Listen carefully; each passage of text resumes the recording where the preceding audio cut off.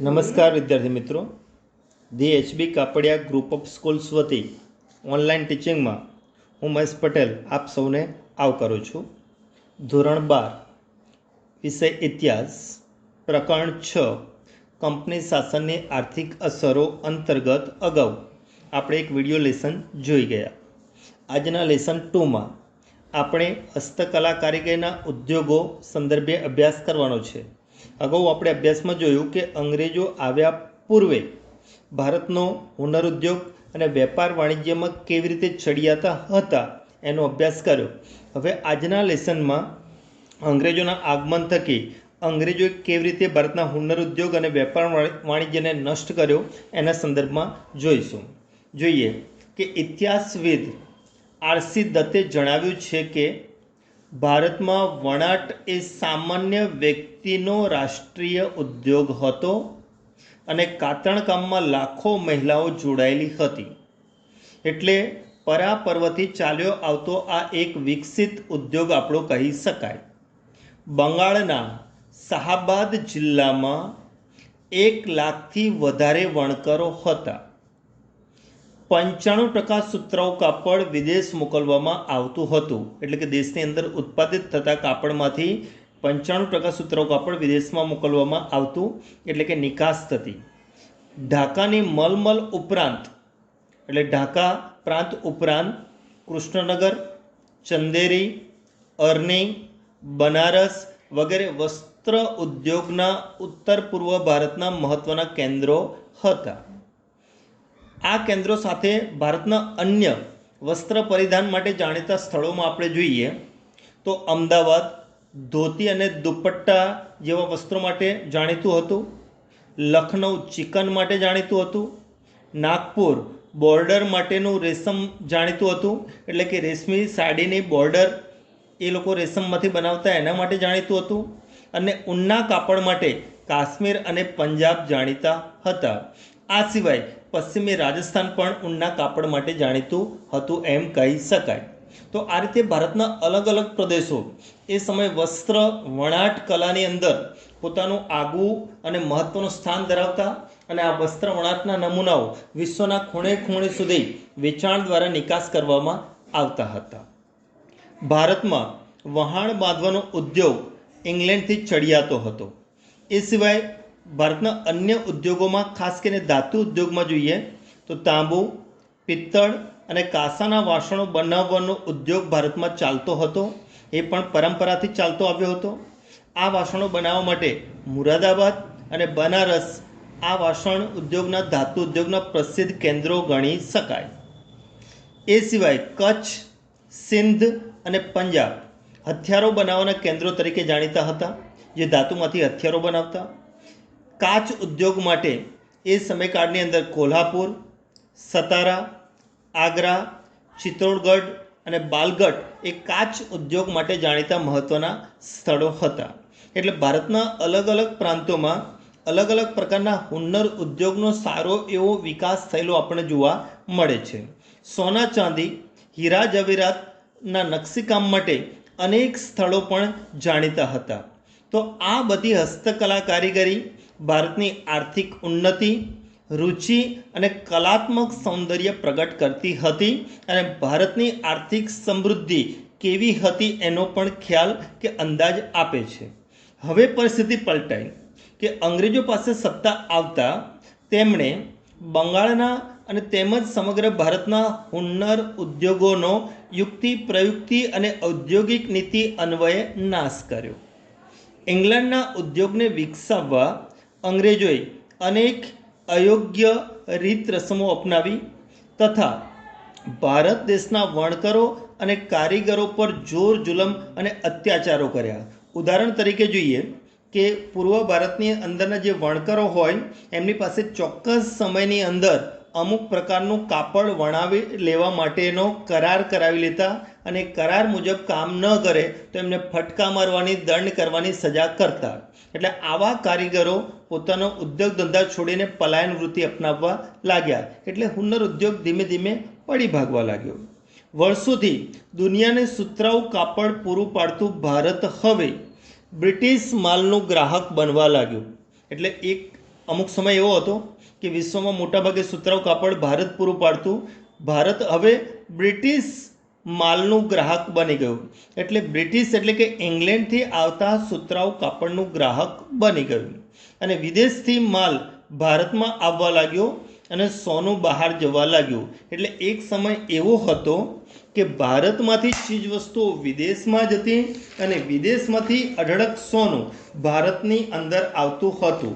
હવે પરિસ્થિતિ પલટાઈ કે સોનું ભારતમાંથી વિદેશમાં જાય છે અને વિદેશમાંથી માલ સામાન ભારતમાં આવે છે. તો આ પ્રકારે પરિસ્થિતિ પલટાયેલી આપણને જોવા મળે છે. એમાં જોઈએ કે આવું બનવા પાછળ મોટાભાગે ઇંગ્લેન્ડની ઔદ્યોગિક નીતિ જવાબદાર હતી. હવે જોઈએ કૃષિ ક્ષેત્ર, કે ભારતનું કૃષિ ક્ષેત્ર કેમ પડી ભાગ્યું. કૃષિ ક્ષેત્ર પણ સારી એવી સમૃદ્ધિ હતી. દેશના વિભિન્ન ભાગોમાં ત્રણ પ્રકારની વ્યવસ્થા લાગુ કરવામાં આવી હતી કે જે મહેસૂલ નીતિ આ 3 પ્રકારની હતી. અને મહેસૂલ નીતિ અને એને કારણે ઊભી થયેલી અસરો આપણે આ પોઈન્ટની અંદર જોવાની છે. આ 3 નીતિની અંદર આજે આપણે 2 નીતિ જોઈએ. એમાં પહેલી કાયમી જમાબંધી. તો કૃષિ ક્ષેત્રે આ નવી એક મહેસૂલ પદ્ધતિ છે. લોર્ડ કોર્નવોલિસની મહેસૂલી વ્યવસ્થા એટલે એ કાયમી જમાબંધી. આ કાયમી જમાબંધી પદ્ધતિ ઈસવીસન 1793માં બંગાળ, બિહાર અને ઓરિસ્સામાં લાગુ કરવામાં આવી, દાખલ કરવામાં આવી હતી. આ કાયમી જમાબંધી પદ્ધતિ હતી. એની વિશેષતાઓ કઈ હતી? તો એને મુખ્ય અહીંયા 3 વિશેષતાઓ આપી છે આપણને. તો 3 વિશેષતાઓમાં આપણે જોઈએ. પહેલી કે પોતાના હસ્તકની જમીનનો માલિકી હક જમીનદારને મળ્યો.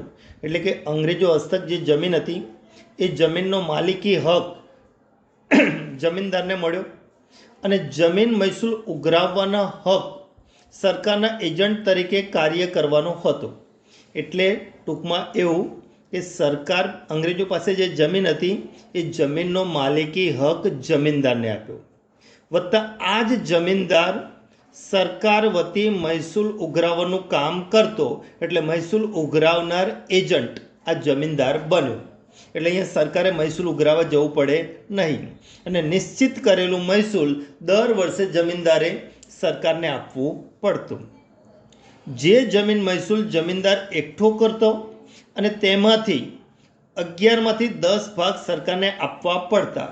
એટલે જમીન મહેસૂલ જે મળે એના 11 ભાગ પડે. 11 ભાગમાંથી 10 ભાગ એને સરકારને આપવા પડતા અને 1 ભાગ તે પોતાના મહેનતાણા તરીકે રાખી શકતો. એટલે આ પ્રકારે જમીનદાર મહેસૂલ ઉઘરાવવાના એજન્ટ તરીકે કામ કરતો.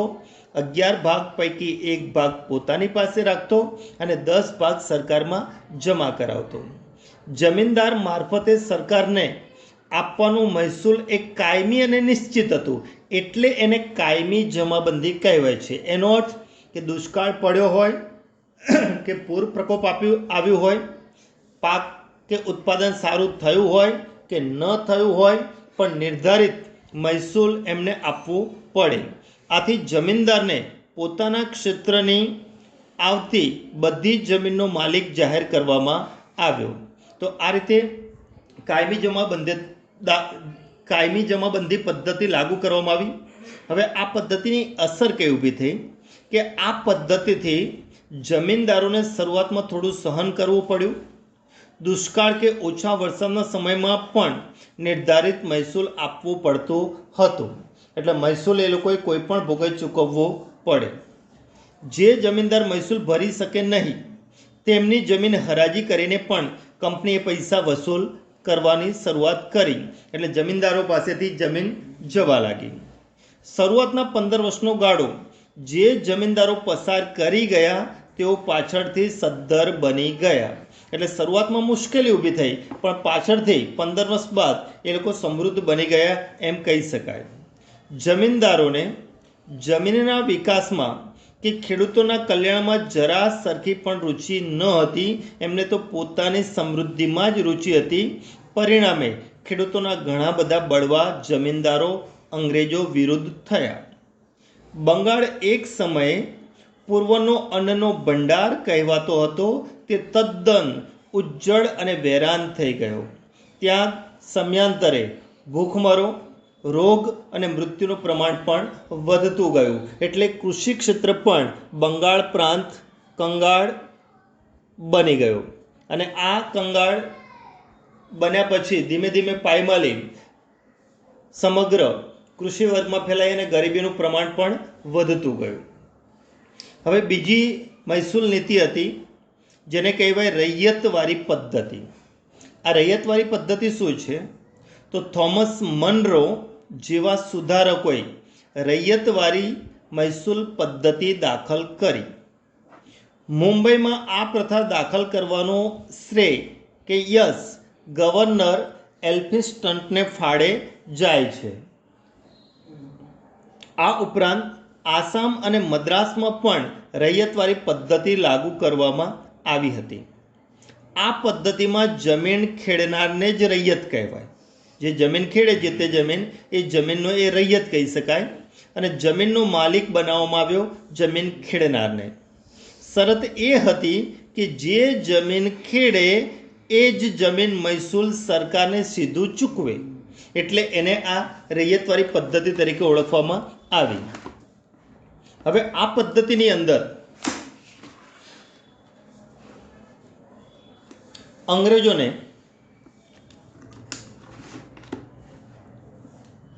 આ પદ્ધતિમાં અંગ્રેજોએ ગિરાસદારો અને ખેડૂતોને પણ માન્યતા આપી, જેઓ સીધા જ રાજ્યને મહેસૂલ ચૂકવતા હતા. ગિરાસદારો એટલે નાના જમીનદાર બની ગયા. ગિરાસદારો કોને કહેવાય? કે સરકારે હરાજી કરેલી જમીન અથવા કોઈએ ગીરવે મૂકેલી જમીન લેનાર વ્યક્તિ જે ગિરાસદાર કહેવાય. તો આવા અલગ અલગ જગ્યાએથી જમીન ગીરવે લીધી એટલે નાના જમીનદારો બની ગયા.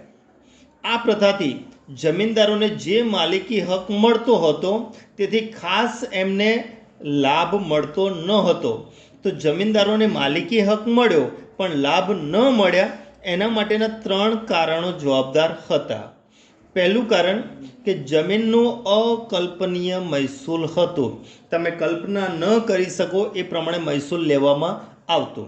બીજું, જમીન મહેસૂલમાં સરકાર ઈચ્છે ત્યારે અને સમય એટલે સરકાર ઈચ્છે ત્યારે અને ઈચ્છે એ સમયે મહેસૂલમાં વધારો કરવાનો હક ધરાવતી હતી. એટલે મહેસૂલમાં વધારો કરીને પણ ભારતીય ખેડૂતોનું શોષણ કરવાની આ નીતિ હતી. કોઈપણ સ્થિતિમાં કૃષિ ઉપજ આંશિક કે પૂર્ણપણે નાશ પામી હોય તો પણ રૈયતે જમીન મહેસૂલ અંગ્રેજોને આપવું પડે. ગૌચર અને પડતર જમીન જે ગ્રામીણ સમુદાયો હસ્તક હતી તેની ઉપર પણ રાજ્યનો અધિકાર પ્રસ્થાપિત થયો અને જમીનનું મહેસૂલ ખૂબ ઉત્તરોત્તર વધતું ગયું. એટલે જમીનનો હક મળ્યો પણ ખેડૂતોને એનાથી કોઈ ફાયદો કે કોઈ લાભ થયો નથી. તો વિદ્યાર્થી મિત્રો, કાયમી જમાબંધી અને રૈયતવારી પદ્ધતિ એ મોસ્ટ ઇમ્પોર્ટન્ટ ટૂંકનોંધ છે. આ અહીંયા 3 જે મહેસૂલ પદ્ધતિ છે એ પૈકીની કોઈ એક મહેસૂલ પદ્ધતિ લગભગ દર વર્ષે બોર્ડની પરીક્ષામાં પ્રશ્ન તરીકે 3 ગુણા પ્રશ્ન તરીકે પૂછાતી હોય છે. એટલે આ પદ્ધતિ તમે સારી રીતે તૈયારી કરી મોઢે કરી અને હોમવર્કમાં પણ લખી કાઢશો. અસ્તુ.